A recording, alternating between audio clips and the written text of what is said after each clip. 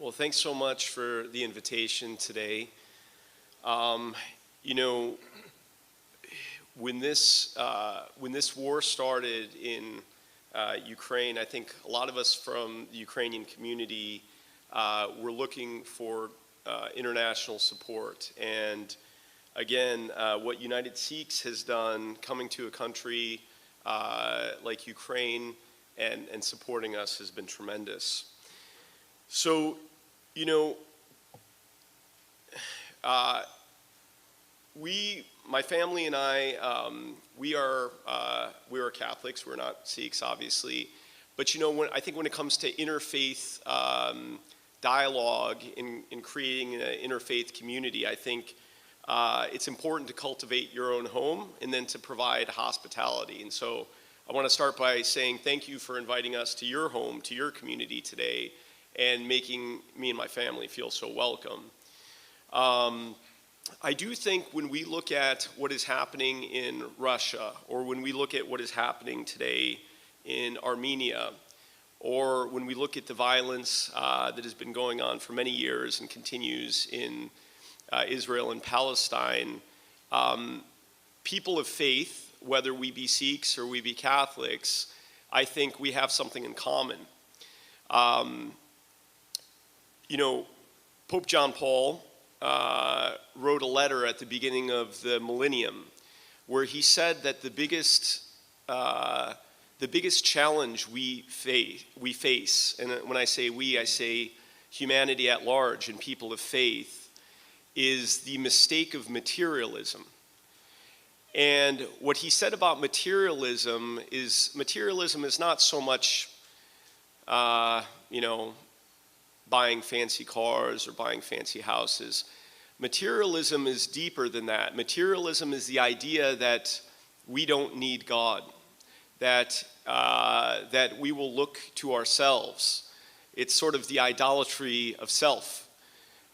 You could think of it that way. And indeed, I do think that when we are supporting Ukraine in this war, or when we're supporting other beleaguered countries that are facing violence and political extremism, we are making a stand against that kind of materialism, that kind of idea that man is the measure and that God doesn't matter.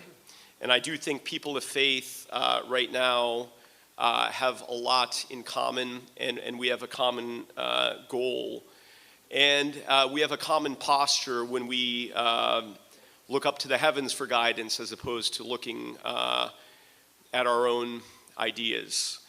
I'll tell you a little bit about myself. I'm a neurosurgeon in New Jersey. I am Ukrainian by ethnicity. All four of my grandparents were born and grew up in Ukraine in the 1920s. And similar to what is happening in Ukraine now, they faced oppression at that time at the hands of the Soviets who had taken over Ukraine. And all four of my grandparents had very similar stories. They basically, for the crime of standing up for Ukrainian independence, they were labeled Ukrainian nationalists, and they were basically many of them faced significant oppression, were chased out of their country. And so seeing what is happening in Ukraine today, we can't help but think that this is a replaying of history. And indeed, I think this sort of violence is cyclical in this part of the world, in many parts of the world, certainly. In 2015, after the annexation of Crimea and the beginning of hostilities in eastern Ukraine in a region called Donbass, through my wife's non-for-profit Razum, we started our own project trying to see what we could do in Ukraine, something called the Co-Pilot Project. And, you know, I think whenever we see something like this, we all try to help in the ways that we can, the ways that we're capable of helping. And as a neurosurgeon, I wanted to work with other neurosurgeons. And so we started this project in 2015. And since then, we've been to Ukraine probably more than 20 times. I've done over 100 surgeries. And what we're excited about is that our program has grown. And in fact, in some ways, it's grown in an exponential way since the hostilities started in February of 2021. We were contacted by ENT facial plastic surgeons who recognized that because of the significant artillery attacks, there were a lot of injuries to the face among Ukrainian civilians and Ukrainian soldiers. And so we were also contacted by orthopedic surgeons. Right now, there are close to 20,000 amputees in Ukraine. And even though that is a staggering, overwhelming number, unfortunately, that number is expected to grow. So we've been contacted by orthopedic surgeons to help not only with patients who have amputees and prosthetics, but to help with limb salvage surgery where that is appropriate. We've been contacted by endovascular surgeons who have gone to frontline hospitals like Dnipro, Mechnikova Hospital in Dnipro, which is probably about 100 kilometers from the front line, to help with devastating vascular injuries. And so again, we are, as devastated as we are by this disaster in Ukraine and seeing our friends and family affected by this, we are heartened and we are encouraged by communities like United Sikhs who, whether or not they have family or friends in Ukraine, they recognize that the suffering of humanity is something that needs to be alleviated. And so they have gone there, put themselves at risk, left their families to go to a war zone. And it is hard to express the depths of our appreciation for that action. So what are the challenges that Ukraine has today?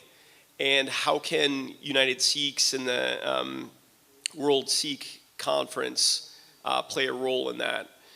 Well, since the beginning of hostilities, something like 400 to 500 hospitals have been destroyed in Ukraine. I mentioned the number of patients with amputations, now numbering close to 20,000. There is a major problem with post-traumatic stress disorder, as you can imagine. And I can tell you on our recent trip to Ivano-Frankivsk with a team of surgeons who were doing complex facial reconstruction, you know, I encountered many of these soldiers face to face. You know, they almost don't look you in the eye. They stare at the floor. They can barely speak. They're clearly what we would once call shell-shocked or severely traumatized. And we recognize that Ukraine now is a country, unfortunately, full of people like this. Men, women, and children who have either been forcefully